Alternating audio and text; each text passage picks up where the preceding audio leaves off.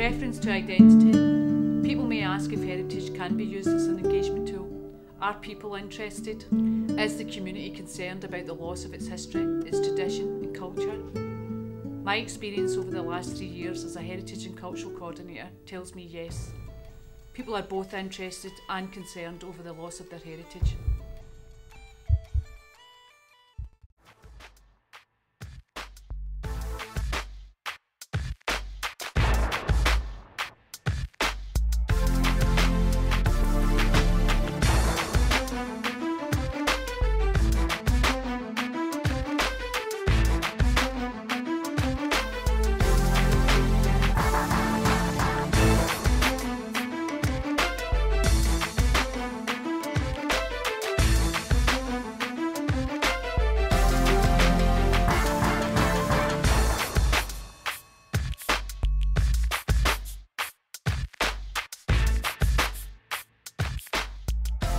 So that's interesting that your dad was from Italy. Do you know any stories that you could pass on? I do. My father's father, so my grandfather, who I didn't really know because he died when I was only 4 months old or something. But my father's father came from a little village in Italy, and that village was called Stadomeli.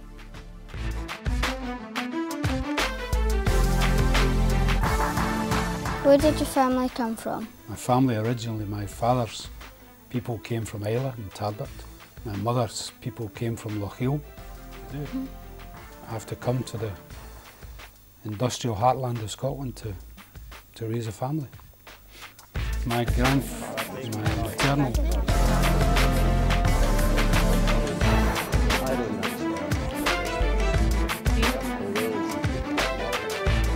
What we want to do between now and the 9th of December, I want this group to write a drama to explain to people the roots of Inverclyde. I've not set any rules, I've not set any parameters or boundaries at the moment because I want us all to do it together. I want us to come up with a drama about how all the different groups that make up Inverclyde arrived here on this shore and how they got on or didn't get on and how we you know, just basically what made Inverclyde.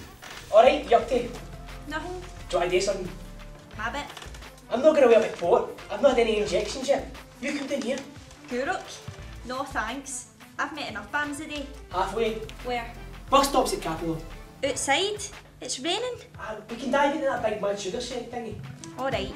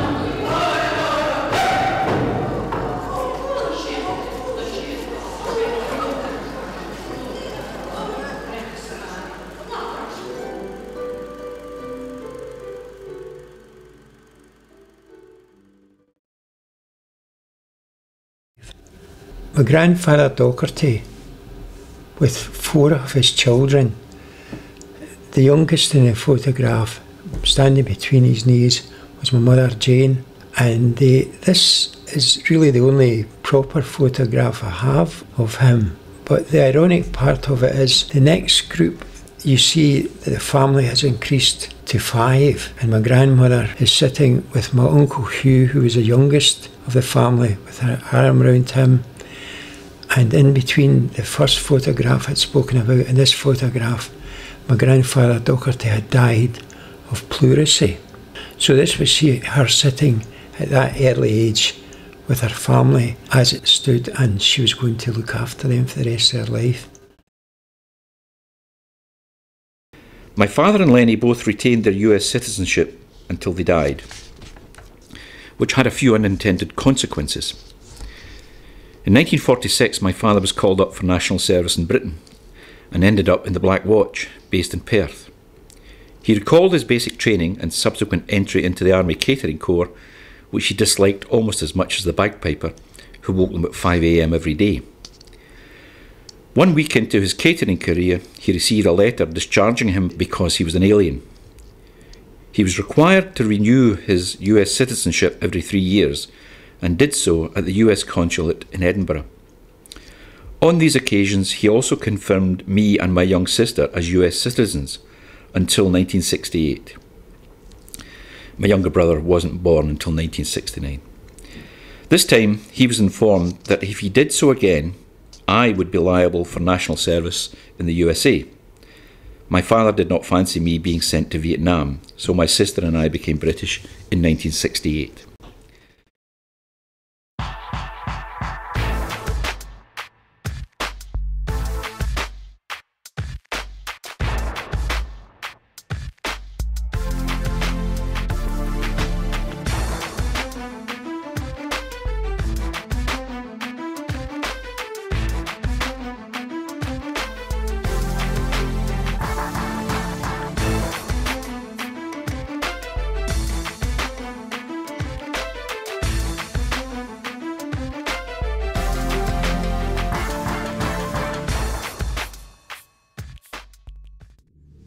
If you want to have a look, first you have to name the book.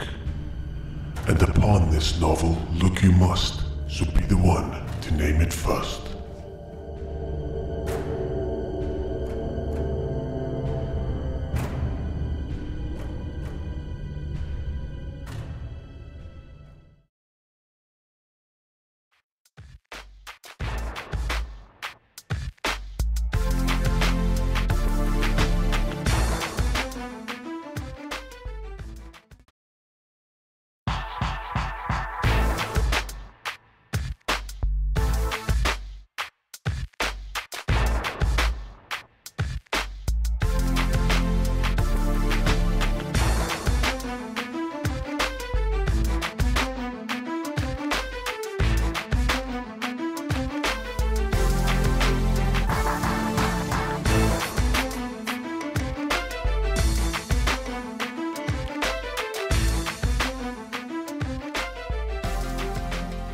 This job is far too much work.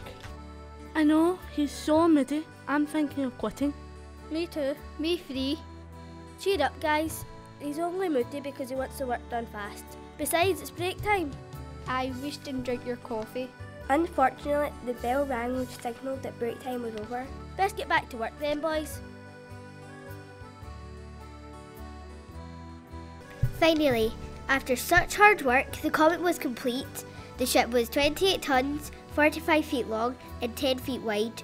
It was 4 shillings for the best cabin and 3 shillings for the deck. Crowds gathered on the 8th of August 1812 to see the comet set sail on its maiden voyage. Wow, you were right. It looks great. I'm really proud. See, all our hard work has paid off. Let's celebrate. Woo! Yay! The captain tried to steer away, but it was too late. The comet was sinking. Mayday, mayday, we're going down. Everyone abandon ship. Passengers screamed and panicked. They were searching for their friends amongst the crowds of people, screaming and shouting. Someone save us. Some were jumping overboard and swimming to shore. Quick, hurry, jump before she sinks. Sadly, the ship sunk in the currents to its watery grave. Luckily, there were no lives lost, but that was the end of Henry Bell and John Wood's comet.